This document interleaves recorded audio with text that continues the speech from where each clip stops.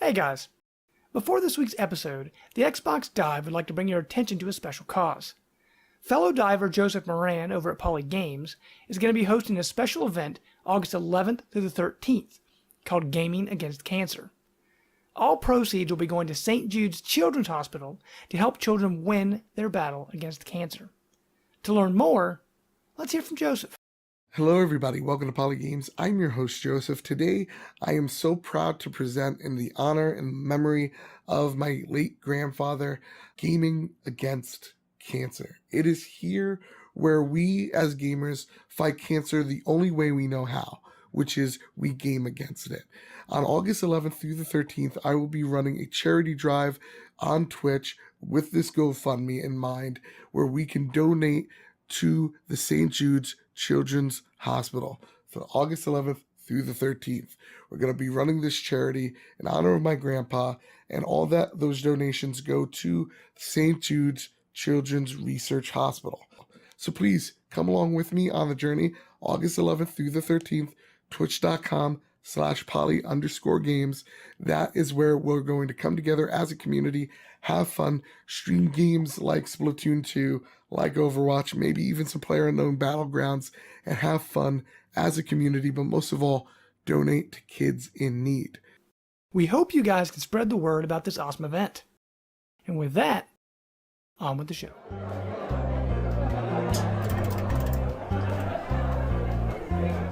Facebook is a very beautiful place because it has really awesome people there. Beautiful people. The Xbox Dive, as we mentioned many times before, we have a great community group on there. Make sure to go on there and join it, because every week, if you want to help us mold the show, go on there and participate in our polls. Every day we record, early in the day, we put up 3 topics and let you vote on what we're going to talk about. This week, our topics were the benefits for games for hosting free weekends on Xbox Live, which we actually kind of touched on earlier. We talk about the fall games that no one are talking about, and we also had the best walking simulators on Xbox One. Now, the winner of this week, by a large margin, fall games that no one's talking about. Yeah. So I guess that's kind of an oxymoron, because we're going to be talking about it. So people are talking about these games. that's the Shyamalan twist. Right. Ta-da! We see games no one else sees. That's how it is. But actually, before we hop into the topic, Chris, you did want to talk about a walking simulator. Best walking simulator on Xbox One. I don't know. I haven't played Tacoma yet, so I'm really excied about Tacoma. Okay. Firewatch is amazing. Gone Home is amazing. Dear Esther is great, but What Remains of Edith Finch is a brilliant game. So you have played through that one already? I hadn't. Well, I played it on PC before at a friend's house, because I obviously don't have a great PC. So I only played one of the memory one of the character sessions. So I'm looking forward to jumping into it. So, but I'll probably do that after Tacoma. But. Cool. Okay. Well, let's start talking about games no one else is talking about. Because we love games. That's why we made the Xbox Dive. That's why we made the community group. We want to find out what games you guys are interested in. Now, we know no matter where you are, even if you're not a huge fan of video games, there's certain games you know are coming. You know Super Mario Odyssey is coming. You know Assassin's Creed is coming. You know the new Call of Duty is coming. These are games everyone is going to be talking about, right? But because of that, there's certain games just going to be slipping through the cracks. And we feel like this is a good time to kind of bring some of those up and just start talking about games you should at least put on your radar. Yeah. So, Chris, I'm going to let you kick this off, man, because we have a pretty good list here of, what's coming out soon. So we figured we'd talk about 3 or 4 games maybe, and just kind of, let you know a couple things you'd, put on your calendar, stamp it. Yeah. I wrote a bunch down, and so we're not going to go through all of them, but we can kind of pick out a few. So let me just say this: like, some of these games are probably relatively well-known games. So the idea was that we just feel like they're not really being talked about. There's not really a lot of hype behind them, so that's kind of where we came from. So I'll start, and I'm gonna actually kind of do a 2-for-1. There are actually 2 Lego games coming out this fall, and I absolutely love the Lego games. Now I'm a father, so that helps. But my gamer tag is also Neo Lego, which also helps. I'm a big Lego fan, and so we are getting in September. We're getting the Lego Ninjago, the movie, the game. They have done 2. They've done 1.5 of these. They did Lego the movie, the game, and they did a Lego Batman playset for Lego Dimensions based on the Lego Batman movie. That's right. So they've done these before. They tend to be kind of B team games, so they don't necessarily tend to be as great as the others. So for instance, the same year that we had the Lego movie come out, I believe Lego Batman 3 came out, which was a phenomenal game. The movie, the game was maybe a mediocre at best. It was much smaller, condensed world, but it was still cool. The reason I even put this on my list is because I absolutely love Ninjago. My kids love the Ninjago cartoon, and it's on Netflix, and we've watched all 4 seasons. There's more than 4, but I think there's only 4 on Netflix, and we've watched all 4 of them 4 or 5 times. And I think it's hilarious. I think it's really funny, and I love that it's an original IP. For Lego, and so it's kind of this mecha. Again, I'm a Power Ranger fan, so it's these ninjas driving mechs. I mean, I'm totally into this. So I'm excited about that. The movie looks really, really great, and so I'm excited for that. But then, more importantly, in November we have Lego Marvel Superheroes 2, and I feel like we got the Lego The Force Awakens, which had a lot of buzz behind it, and then we got Lego Dimensions, which had a lot of buzz. But I feel like there's not a lot of buzz for this game, even coming out of Comic-Con, where they showed a lot of it. But I'm telling you, this game looks so great. And you're playing, you actually start as the Guardians of the Galaxy, so it's gonna be more of a cosmic adventure. And you got, your main bad guy is Kang the Conqueror, so it's all about time travel, and you're gonna see Caveman, Captain America, and Captain Caveman. 80s Hulk, and Captain Caveman too. So anyway, look, I'm a huge Lego game fan. I don't think these games are really being talked about a lot, but I definitely think Lego Marvel Superheroes is going to be an amazing game when it launches. So there's my first one for you. Awesome. My first one, I guess I'll kick off. The first one that pops into my head that many people, I don't know if you'd be excited for or not. Life is Strange, Before the Storm. This is one where the first Life is Strange kind of fell under the radar. It's from Don't Nod, somewhat of a newer company, and a lot of people thought it was more of a Telltale Games clone, right?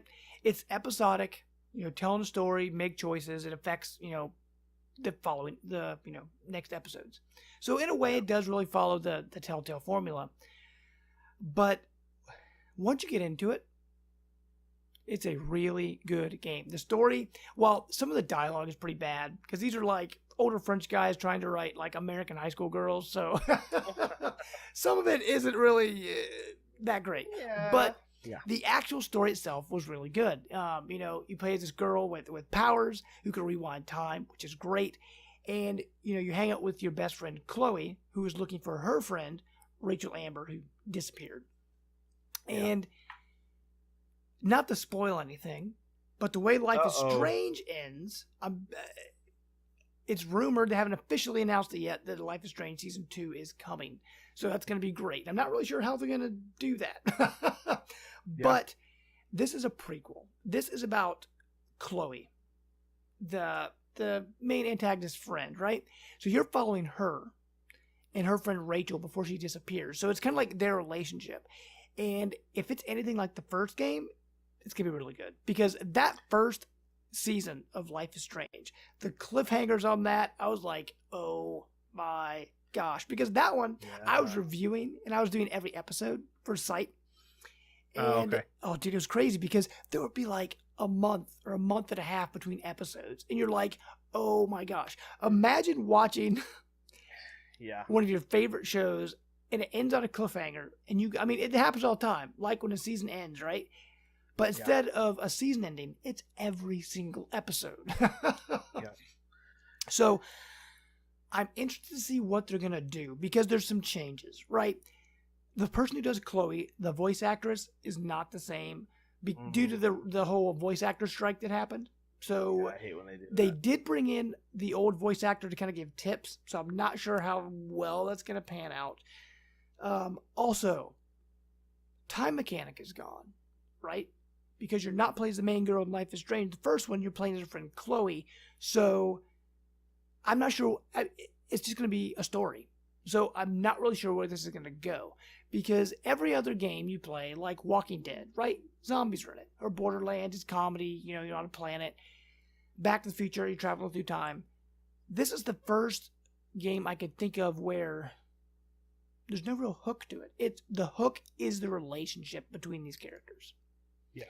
Regardless of what you do, you kind of know how it's going to end, because it's a prequel. But I'm still really excited to play it, just because I really enjoyed the first one. It's kind of like one of those diamond in the rough games where people didn't talk about it until later. Because I remember when it first came out, I was championing this game, saying you got to play Life is Strange. It's unique. It had a great time mechanic, had a great photography mechanic, and the story was really good. And then later, like months and months later, after it finished, people were like, oh my gosh, Life is Strange is great, because they've had sales on it. Was it ever on Games with Gold? I can't remember. I don't think. No, I don't. Because I know it's been on a lot of their sales though. Right, and I know because I know it was on PSN, whatever they call theirs, PlayStation Plus Games of the Month. I know it was on there. I couldn't remember if it was on Games with Gold or not. Yeah. But Life is Strange is really good, and honestly, because it's a prequel, you don't really have to play the first one. I highly suggest playing the first one. The soundtrack is great and stuff. Check it out. But so mine's gonna be Life is Strange Before the Storm. Good. Man, I have a lot I want to talk about. Let's talk about. I'll talk about a game that comes out in, I believe, in the 1st of September, maybe. Mm-hmm. But a game called Battle Chasers Night War. Okay. And this game was actually initially revealed. I want to say initially, I think it was, but the first time I can remember seeing it, it was the Nindy showcase after the Switch came out. Yeah. But don't quote me on that. That could be wrong. But so basically, it's like a traditional JRPG, and so you party up. And you go around map. You run into like the enemies are visible on the map. You run into enemies. It kind of transitions to a turn-based style RPG. And look, I love these kind of games. I grew up on these kind of games, so they're a lot of fun. And Battle Chasers itself, though, is a comic book series. It was initially done by Joe Madureira, who is the artistic lead behind Darksiders, and the comic follows. It's kind of a medieval comic, so your main guy is kind of a knight, and you have like a princess, or like a bade like princess, mm-hmm. and or I actually think she's like a pirate kind of. Anyway, the characters are really cool, but the comic was really short-lived. I think it was Wildstorm when they came out with Wildstorm. I think it was one of the comics that they had for a while, and it never got a lot of traction. But the art looks amazing, and it kind of reminds me. It reminded me a little bit of when I saw Child of Light. Child of Light a couple years ago came out. Did you ever play Child of Light, the UbiArt game? Well, yeah, I did actually. I got that on. Was it Wii U? I had it on something. I remember I did play it. Okay. Yeah. Okay. So I absolutely love that game, and it was a very much a turn-based RPG, mm-hmm. and I like those kind of games. It was kind of a light version of that. It was nowhere near like the 40 or 50 hours you'd put in like a Final Fantasy game. Sure. I think it ended up only being like 12 hours or something like that. But I'm all about that. If you can give me a really cool JRPG set in the Battle Chasers universe, it's kind of furthering that story. With that great art design, and you give me a solid solid 10, 12, 15 hour, RPG, I'm into that. So this is a game, I think that it's going to do really well on Switch, because I don't think there's a lot like that right now on Switch, but I'm looking forward to play it. It's coming to everything, so I'm looking forward to play it on Xbox One. So if you're kind of in the mood for like a JRPG, look it up. It's called Battle Chasers Night War. So check that out. Okay. My next game actually comes out relatively soon. Earlier, we talked about Saints Row, right? We talked about Saints Row. That's kind of like a copy of GTA. Well, they're coming out with a new game called Agents of Mayhem. It looks like a blast. It's not really like Overwatch. I mean, there's 4 different characters you can play as that you could switch to on the fly. But it's kind of based on like an 80s cartoon series. Like the villains are over the top. The gameplay is over the top. It's pretty much, if you can kind of picture Overwatch and Saints Row kind of mashed together, or kind of like a Sunset Overdrive kind of feel. It's hard to explain. You have to go watch the trailer, right? Go up, look up Agents of Mayhem. It looks like an absolute blast to play. I'm super excited to play it. And that's one I feel like people keep forgetting is coming. It almost has like it's like a mix of all these things. It almost feels like a Crackdown. Almost kind of feels like an Overwatch with the characters. It feels like Saints Row, obviously. But it just looks like a blast, an absolute blast to play this game. And I believe it's just, I want to say it's just single player. I think it's got multiplayer component too. Because it's, like I said, you're playing these missions, you kind of switch to the characters on the fly, but it just looks so much fun. I know that was a horrible way for me to explain it, but the game is so crazy, it's hard to explain what it is. But just go online and look up Agents of Mayhem. Yeah, I absolutely have no interest in this game, but I will say that giant guy in the trailer rode in on an anchor, right? And I'm all about that big guy throwing an anchor at people. But I just this is another game like Overwatch that I see and I have absolutely zero interest in playing it. I think it's definitely not for me. But maybe one day it goes free and we play it in a. And that's one reason I wanted to bring this one up, because from the minute the trailer released, I'm like, this game looks like a blast. It's dead in the water because it's coming out around other really big releases.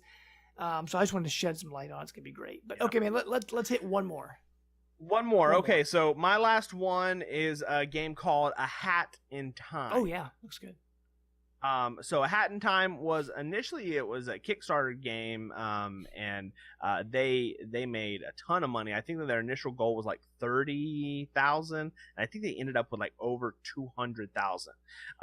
But it looks it looks super super cool. The developer is called Gears for Breakfast.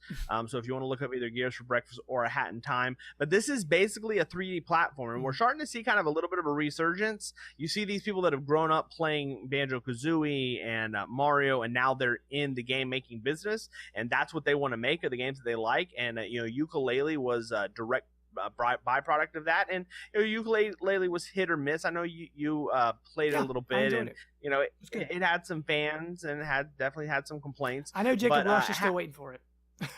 Oh yeah, that's true. Sorry about that, Switch fans. But yeah, I'm really into this game. So basically, you play characters on a time machine who get sucked out of the time machine. You drop onto a land, onto like a planetoid, and it's just a 3D platformer. And the art design looks really. I mean, it harkens back to like a Banjo. It actually reminds me a little more of Psychonauts, kind of in its vibe. Not so much like the crazy vibe, but like the kind of the chibi type characters and. But I mean, it's just a platformer, and it looks great. These are games that I absolutely love. These are games that I can play with my kids, and I have a lot of fun. I mean, we also have Super Lucky's Tale coming out this year, and and like you say, Ukulele and the Crash Collection. So we're getting some of these games, but I think A Hat in Time is one that hasn't really been talked about a lot. So if you guys are into mascot platformers or old 3D platformers, think Mario Sunshine or Banjo-Kazooie. Like if that's your kind of thing, check out A Hat in Time. It looks absolutely great. And Hat in Time has been around a while, because that was one I almost kickstarted, because that was back when it first started. One of the Kickstarter goals was that it would come to Wii U, which obviously isn't happening now. Yeah. Because I mean, I haven't kickstarted much. I mean, Shovel Knight, I kickstarted that, and I think it was around the same time as like Shovel Knight. Like it's been a while since this game's been announced, and the look has drastically changed, but it still looks great. Like you said, 3D platformer. It's going to be absolutely awesome. And actually, you kind of spoiled my last one because I was actually going to talk about Super Lucky's Tale. Just because this is one where even I wrote it off when I first saw it. Like Super Lucky's Tale, first of all, we got the burn from E3 because we thought it was Conquer, right? Wasn't Conquer. Then it's got that cutesy look to it, right? And we know it used to be a VR game, but if you're like me and you wrote this game off, but you're a fan, such as myself, of 3D platformers, I highly suggest maybe it's not for you. Maybe you don't want to buy it, but I suggest put it back on your watch list. At least pay attention to this game. Yeah, it looks good. I mean, like I said, graphically, it still looks a little too cutesy for me, but from what I've heard about this game, they say it's built from the ground up. It is a brand new game. It is not a riff on the VR game. This is brand new, made specifically for the Xbox One, right? But they say it is extremely difficult. This reminds me of, I'm trying to think what other game has been like this lately. I mean, like Yoshi's Island, the first Yoshi's Island was extremely difficult, but it looked like a kid game, right? I feel like Super Lucky's Tale is going to be the same way.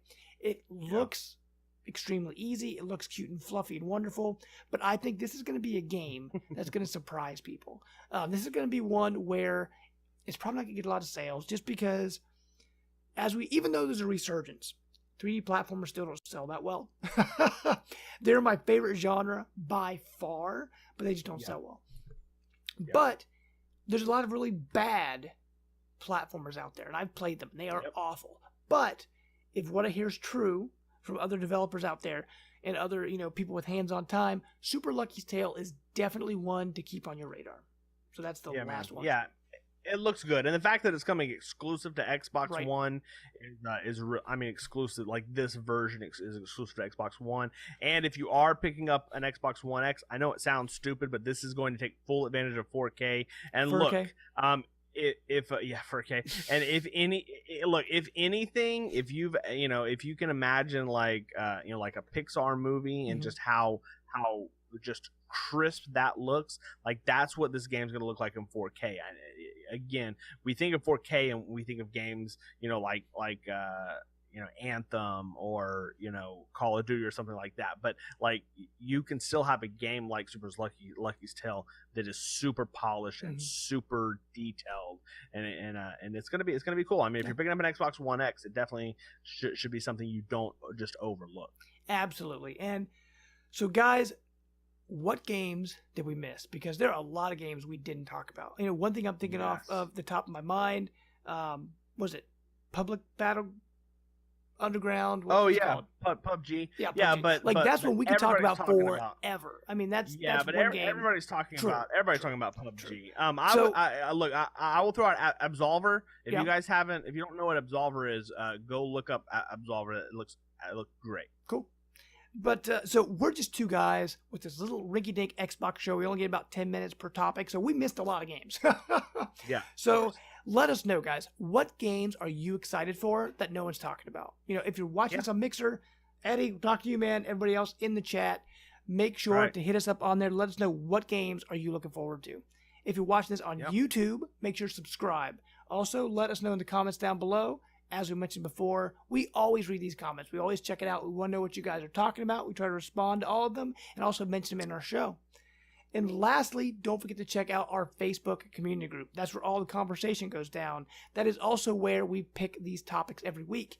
And sometimes they're not even inside the poll. Like last time we had Wellington in our group. He put out a question. And the question was so good, we actually turned it into a full topic on the show. So we listen and we respond to everything you guys are talking about. We're just like you. We're actually just part of the conversation. We just happen to be the ones behind the microphone. But, hit us up on the Facebook community group. And finally, if you want to talk to us on Twitter, you can hit us up at the Xbox Dive.